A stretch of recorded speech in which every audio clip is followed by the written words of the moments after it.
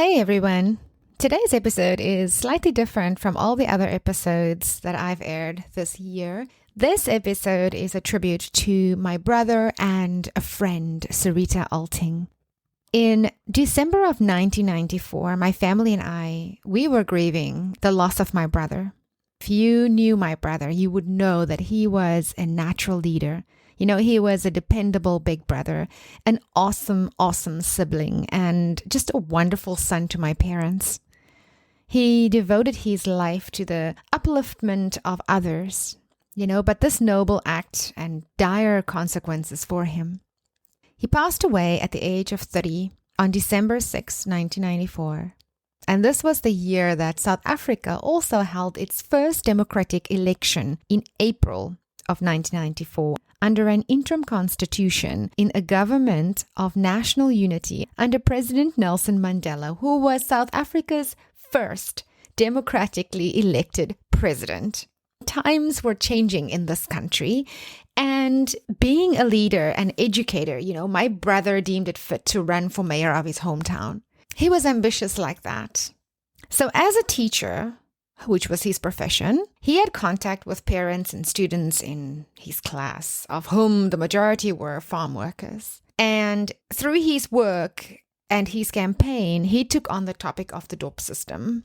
Now, the DOP system is one in which employers paid their laborers with cheap wine, or DOPs as they were called. And my brother did not support this system and decided to educate the farm workers in the area about the disadvantages and negative consequences of this DOP system, including alcohol abuse and human rights. So, he wanted them to understand that they had human rights and that they could utilize that to get paid in something other than alcohol. Now, for some people, this was not a great thing. Today, the DOP system is no longer legal in South Africa, but alcoholism remains one of the major challenges facing health services, especially here in the Western Cape where I'm from. So my brother was a determined young man who believed in a cause, and that was not liked or accepted by many in and around the town where he lived. And he had also taken on a case of an evicted farm worker that was due to act as a representative at court the following week on December 9th. And so on December 4th, we had a wonderful family dinner. I still remember this like it was yesterday. At this dinner, my dad raised concerns because during that week, there had been rumors of his impending murder, and my brother had received death threats. Now, his reply was, "Dad, if they kill me, there will be another to rise instead of me." 2 days later, on December 6th, at approximately 2 a.m., we received the news. My brother had been involved in a single motor vehicle accident just outside of town. Passers-by called the ambulance, but it took them 2 hours to arrive. He lay in the field and bled out. Later that morning, my father and my younger brother made the dreaded trip to the morgue to identify his body. A smaller trauma within our bigger trauma. Following a police investigation into the suspicious death and the opening of an inquest, it was found to be inconclusive. Let me tell you, my parents were shattered. After this tragic and violent death, our family was in absolute shock because we never expected to lose a brother. We never expected to lose a son, a father, a husband. And the pain was so bad, I don't think that any of us could breathe. Our day started at 2 a.m. Every thought was just connected to our eyeballs, because every time we would just think of this horror, the tears would just stream down our faces. The idea of not seeing our brother again left a massive void in our lives. And this was especially true for me because I was not only grieving my brother's death, but also watching my parents grieve. And it was incredibly hard because they grieved in different ways, my parents. My one parent wanted answers and spoke about it all the time. And my other parent was just sad and cried often. So in our family, we remember that awful day when we lost him. We remember the aftermath. We remember the grief. We remember how we had to navigate life without him, how we had to look to a future that didn't have our brother and son and father and husband in it. And the truth is that in the beginning, we were just in absolute denial. We could not believe that this had happened. Then we were angry, searched for answers, and we tried to make sense of all of this. I think depression was something that we all experienced during that time. And eventually we accepted that we now had to live a life without him in it. But we had come to the conclusion that his life had meaning. That in some way in this country in 1994, when times were changing from an apartheid regime to a democracy, he played a vital role in that change. And he stood up for what he believed in. He was a man of integrity. He was well respected. He was a man that would do what he said. And that's why people trusted him. He was a natural leader. And instead, we chose to celebrate him. We chose to look at him as the man that he was and the work that he did and the life and the legacy that he left. And so today we celebrate him. We celebrate his family. We celebrate his grandchildren that he never got to meet. And we remember him and all of the beautiful, wonderful times that we shared with him, the connection that we had, the inside jokes that we shared, the fun times, and also the sad. But he is our brother, and he will always be that. He will always stay in our hearts. And so today, my family will remember the man that he was. I now want to move on to a friend of mine, and this happened more recent. About a month ago, I was doing some work and I needed someone to do my makeup because I needed a shoot.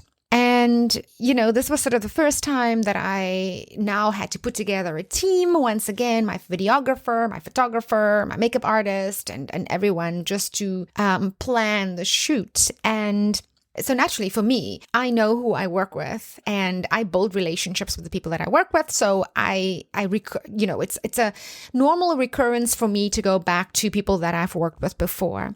So I decided to reach out to my makeup artist, but I realized that I have not heard from her in a while. And when I looked on WhatsApp, I checked my messages, I noticed that it's been a while since we've chatted, but I just all of a sudden started to feel this deep feeling of dread. So I immediately navigated to some of the other social media platforms where I know I always engage with her. And I noticed that some of her posts were from a while ago. And so my stomach just dropped and I did not want to jump to any conclusions, but that feeling of dread just encapsulated me. So at the weekend, I decided to head to a place of work, right? Hoping to be greeted by her lovely, beautiful face. And instead, I ran into other familiar faces. And upon further inquiry, I learned the unthinkable. Beautiful Suritha passed away. I could feel so many emotions just rushing through my body when I heard the words. But Marlene, didn't you know? Suritha passed away. How is the first thing that I am thinking. How does a beautiful young 28-year-old just pass away? I was so unsettled by this. The person I was talking to told me what had happened to her. And I didn't want to hear this. I honestly wanted to unhear it. Could we rewind this day? Could we go back to the last message I had from her? Could I reply to that message? But my intuition, the one that I always listen to, and if you've been listening to my podcast or you've read my book, you know that I'm a big believer in listening to your intuition. When it calls you, when it gives you a sign, listen. And so the reality was that my intuition was right. She was no more. She had passed away and she'd left this life. And there was a connection in this world to me that was lost. And my intuition tried to sound the alarm on this like months before, but instead of listening and actually going and checking or contacting her, I carried on with life because 2023 has been a challenging year. And so when I got home, I started to Google because I wanted to understand this. I needed more information. Who was I going to ask? I only had one conversation. And as I started to Google her name, I didn't want to believe the results that filled my cell phone screen. The headlines read, well-known Cape Town makeup artist robbed, stabbed to death. Cape Town makeup artist stabbed and killed on her way home. I couldn't help myself, but as I read, I just wept because I remember where I was when all of this happened, and she had texted me just days before. I started reading these articles, and it read, police are investigating a murder case after a 28-year-old makeup artist was found riddled with stab wounds in a street in Richwood, Cape Town over the weekend. Suritha Alting is believed to have been robbed, stabbed, and left for dead in Sylvia Street while seemingly walking home from a nearby restaurant on Saturday. Her attackers are still at large. Another article said she was found with multiple stab wounds to the body. An ambulance was contacted and the woman was taken to a nearby medical facility for treatment, where she later died due to injuries sustained. Armed response and emergency service providers said it received a call about a woman who had been stabbed multiple times and required urgent assistance. On arrival, a female was found unresponsive in the middle of the road with multiple stab wounds. Medics on the scene worked tirelessly to stabilize the injured victim. The patient was transported to a nearby hospital, where she was later declared deceased at the hospital. Alting was a well-known makeup artist. On her website, she said she was passionate about transforming lives through the art of makeup. Another headline said, 16-year-old among suspects arrested for gruesome murder of Suritha Alting. My heart was broken. I was in so much pain and shock. Beautiful, passionate Suritha had died in such a violent way. I guess her murder was a reminder of the attempted murder on my life and what I had survived. I remember speaking to the advocate in my case, and at the time I was speaking to him because we were talking about another case, and my advice was, please just tell this person that, they really should testify against the perpetrators. Like, you must do everything you can to seek the justice. And there was a silence on the phone with the advocate, and he eventually, when he spoke, he said, Marlene, she wasn't as lucky as you. Her head was cracked with a concrete block. And I remember those words because I just stopped dead, because at that point I never realized that, or I guess I assumed that everyone survived. And so when I heard about my beautiful, gorgeous friend, my heart was broken. And I kept scrolling and found that there was a memorial service for her held about a week later. At the time, I was not in South Africa. I was out of the country. So naturally, I didn't know about this or the headlines or the fact that there was a memorial service. But if I was there, this is what I would have said. I would have said to those who gathered around to commemorate Suritha's life, I would have said that Suritha was not just a friend or a makeup artist. She was a natural source of light and warmth for me. And I gravitated towards her beautiful nature. She was an energetic spirit. And I loved the connection that I had with her and that I built with her over a number of years. Suritha was a woman of many talents and passions, but above all, she was a woman of extraordinary kindness. She didn't just do makeup, but she was also that shoulder that you could cry on. And she was always there with great advice. Her laughter was a melody that played on even the cloudiest days. Her smile was just a beacon of light. I remember her coming over to my place and us just doing makeup all morning for a shoot that I had, and just how much fun we had, drinking coffee, just connecting, chatting, then playing with makeup, then actually doing the makeup. And every time when we engaged and when we connected, we always had a good time and we always had a meaningful connection. We helped each other grow in this life. She had such a zest for life that was absolutely infectious, and she was like an indomitable spirit. I remember when I started my podcast and I was doing my book and I was doing all my social media. She, as a makeup artist, was also doing social media for the brand that she worked with, which at the time was Bobbi Brown. And I remember how the two of us encouraged each other to really get in front of the camera and deliver what we said we were going to, and make our videos and have the courage to put it out.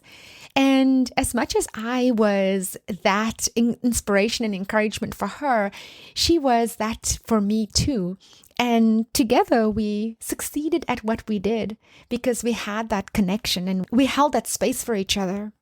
She found joy in the simple things, She had a little dog and her name was Conniffe. She always had a little pink vest, which was so adorable. And I used to love just following along Suritha and Conniffe's adventures. And just in doing so and in loving her pet Conniffe, which was like her little baby, she taught us that we should appreciate the little moments in life because those little moments are beautiful. Today, I want to bid farewell to Suritha. I've taken the past month to just become accustomed to the idea that she's no longer here and that I probably won't have any more information than I have today.